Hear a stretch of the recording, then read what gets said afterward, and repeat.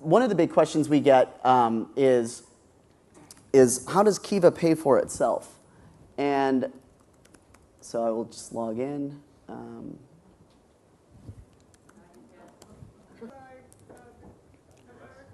Yeah, so that's one of the most common questions is, hey, can I lend to someone here in the US? And actually, this is something that we intend to, oh, how embarrassing. Okay, it's my Gmail account.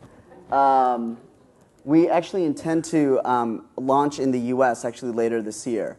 We feared some we weren't lawyers, we just like to build websites, and we were really excited about the idea, and we were always afraid that, you know, kind of people in suits would show up, the SEC or local lending. We didn't understand a lot of things, and because of that fear, it actually inhibited us from actually expanding right here in the US. But we realize now that we have a general counsel that it's actually not that intimidating, that there are local microfinance organizations, and they would handle a lot of the regulation. And regulators tend to treat us pretty kindly, is what we're learning, because it's 0% interest capital from all of us. I mean, it's pretty indisputably good. It's not usurious, and there's a lot of value to it. So, you know, the end goal is that someone, for example, from Malawi one day would be lending to someone in Louisiana. Again, blurring this line between, you know, the haves and the have-nots, and trying this over time. I mean, this is only year 2.5, but imagine 50 years out from now what this internet public good could look like. How many donations come from outside the US? So 20% of the people who make a loan on the website are, yikes. Let's try this again. So 20% of the lenders are from outside the US. In fact, our lenders have come from over 70 countries. So you'll see people in Mexico lending to people in Mexico, or you'll see people in India lending to people in Uganda.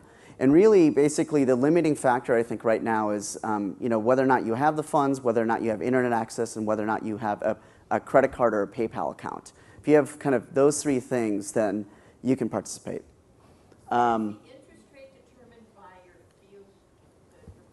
That's, yes. So basically, when you supply funds at 0% interest, PayPal gives us free payment processing, so we have no variable cost. So 100% of that money then is wired over to that field partner, say in Mexico, CHF.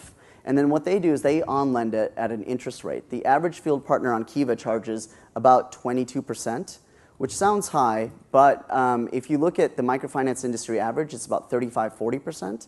And then the informal money lender, the village money lender, that's kind of at the 80 to 300% level. So we believe that long term we could actually bring down the cost of borrowing for the world's working poor. It's still really small though. I mean, we're not at any real scale. $36 million is just a drop in the bucket, but you know, we think that the momentum could be there. So let's try. Oh, here's someone who's doing musical instruments in Cambodia. That looks interesting to me. So let me try this one more time here. So when you basically, so Lex Soy now is in our basket, and basically one of the steps on how Kiva supports itself is we bring users to a page called Support Kiva. And it should load up any second. But what it is, do you know when you buy something from Ticketmaster, they charge you that mandatory $3.50, and people really complain about the mandatory fee? Well, with Kiva, we figure, all right, let's just tell people that, you know, people really want to know how much of their money is going to the intended recipient versus being siphoned off. And so we actually send 100% through, but then we do need to pay for our operating costs. So what we do is we have this kind of we throw up a screen and we suggest a $2.50 or kind of a 10% donation to Kiva. What's interesting is 7 out of 10 people choose to do that. And last year alone, in year 2, that covered about 70% of our operating expenses, the balance of which has been covered by foundations and private individuals and stuff. And so I think that's really exciting too, is that long term, we think that, you know, this could be much like Wikipedia or you know, member-supported PBS, just a public good that the members would pay for everything. And then we actually show photos of our staff. This is Michelle, and she's in Bolivia with one of the entrepreneurs.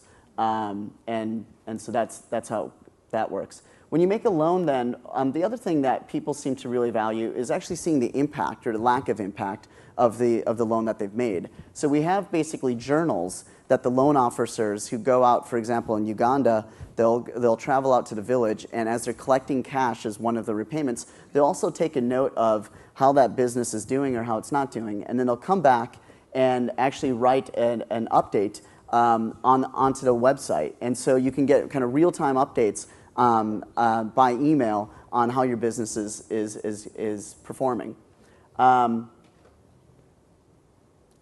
Here's a list of this is just a real-time feed of journals from all over the world. And it just comes up. And I think there's been, to date, over 2,800 pages of journals from 45 countries. Longer term, what we'd like to do is instead of just qualitative indicators of how the business is performing, we'd really like to start pushing the boundaries on quantifying it. So just like when you can go to Yahoo Finance or Charles Schwab and look at your stock portfolio and really start comparing things, we think that it's really important to actually introduce measurements and so that you can actually see the change in net income, the change in revenue of the business, maybe the change in kind of their vulnerability or consumption habits. That would be something that we're really excited about doing. So let me just talk a little bit about some of the behind-the-scenes things at Kiva.